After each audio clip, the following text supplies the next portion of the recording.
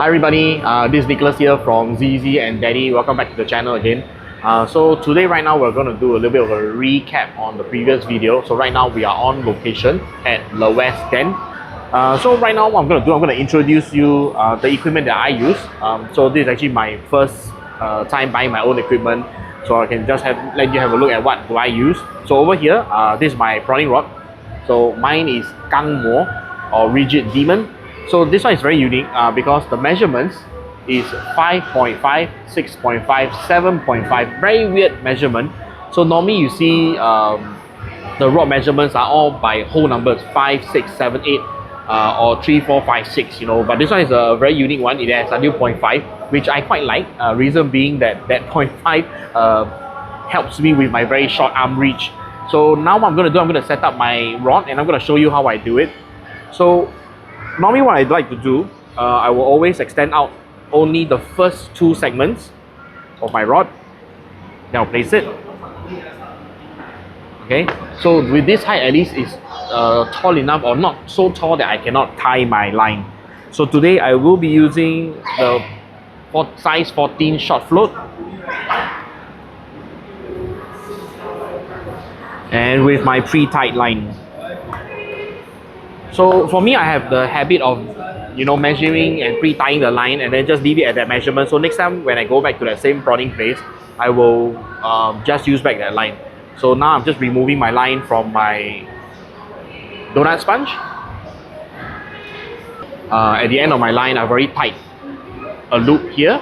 So now what I do is I will open this loop, use my two fingers, grab the line and pull through. So then I will have a new loop. Then what I will do is I will put it at the end of my rod and then pull the main line to tighten it. So here it is being stopped by the knot. And this little end line here is purposely tied in this manner so I can just pull that to release the line. Okay, then after that, in the middle of my line, I have three stoppers. So this one is mainly for the leg stem of the float. So here, what you need to do is insert it into the stopper, insert the stopper into the feet or the stem, then you push it all the way up, like so. So because I have three stoppers, so then I will need to do one on top, one in the middle, and one at the bottom. So this actually stops the float from shifting on your line. Okay, then after that, I will just continue to unwind.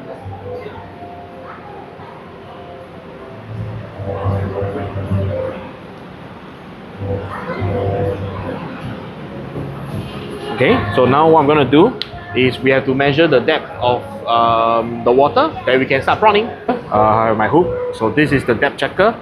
And like I said before, it's a spring-loaded mechanism. So when you press it, there will be a small little hole here where you can put your hook through to be on your rod, to be on your hook, sorry. Then after that, I will just need to extend to my normal prawning length, which is 5.5. I will only extend it to 6.5 when I really need that reach. So then now I will measure the depth of the water to adjust my float. So normally for prawning, you have your prawning zone, which is point A, point B, point C. So as you can see, I'm actually at the corner, so it becomes that I will only have a point A and a point B. So I'm going to measure the depth now.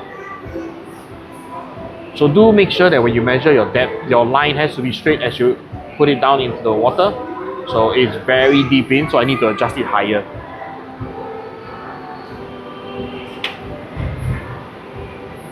So now I'm going to just pull the float higher to adjust. So don't be afraid to spend more time to try and adjust your float properly. Reason being that this is the most crucial part of your whole prawning trip. So reason being that if you don't adjust this properly, you won't be able to get the bites. So that's why this is the most crucial part of your whole prawning trip.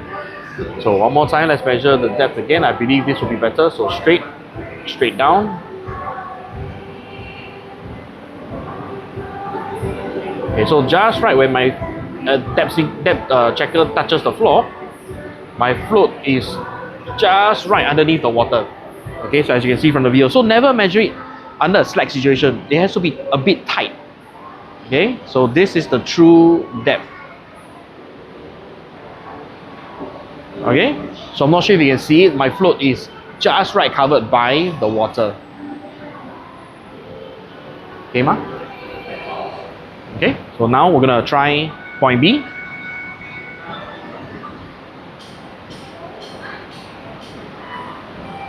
Okay, point B is just a tad bit higher. So I would say this is a very good measurement already. Just a tad bit higher. Okay, so I'm happy with this measurement. So now we are gonna start prawning. So release my clip. Get my bait.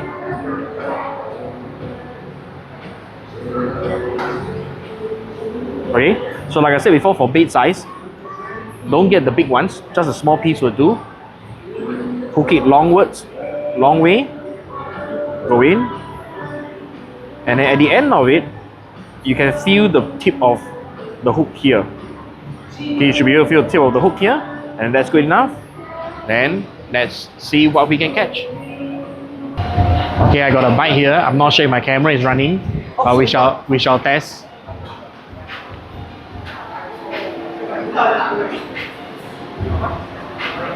Okay.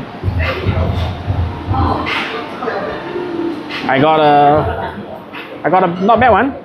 Big pincers.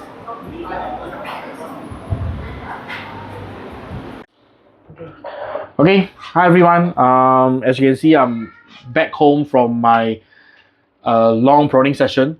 So I just heard my daughter calling saying towel because we just reached home. They haven't taken their shower yet.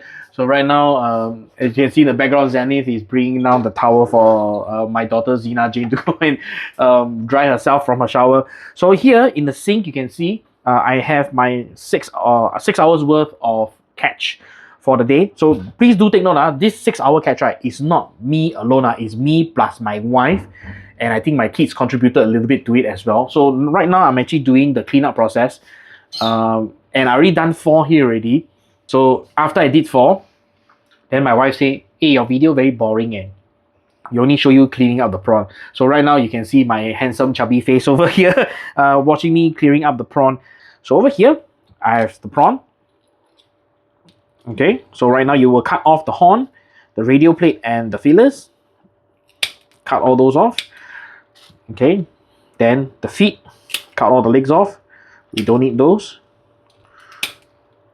So now next one, you can see that there's actually 2 pieces here. So these 2 hard pieces are its mouthpiece. Okay, so this is what they used to eat. So behind that is the food sac, which we do not want. Okay, that is not what we want. So what happens is that we have to remove it. So what we do is above the mouthpiece, go in at a 45-degree angle. Okay, go in at a 45-degree angle. Then you'll pry upwards.